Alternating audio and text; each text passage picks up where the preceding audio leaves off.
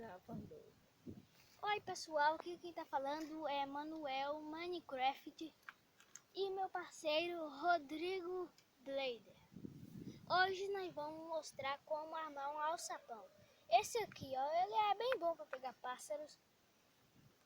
Agora vamos começar o tutorial. Primeiro, você amarra uma cordinha ali e pega o pinche. Puxa. Peraí, deu uma errada aqui pessoal, é que ele tá muito apertado e daí fica negociado. Pronto, agora coloca aqui nesse buraquinho.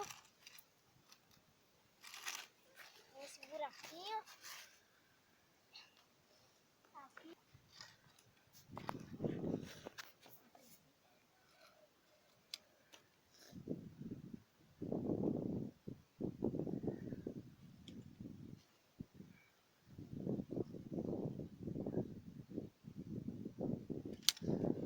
Peraí, esse negócio.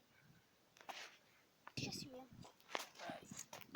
Oi pessoal, o que quem tá falando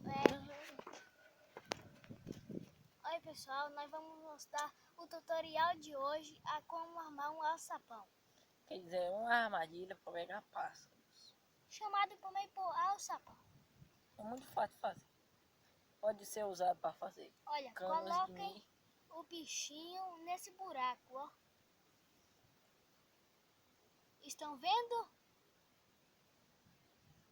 Agora coloquem e encaixa isso aqui. Vocês vão encaixar esse pince dentro do buraco para ficar assim. Agora Então, galera, eu vou fazer aqui a testagem. vamos fazer. Eu vou usar um pauzinho. Peraí.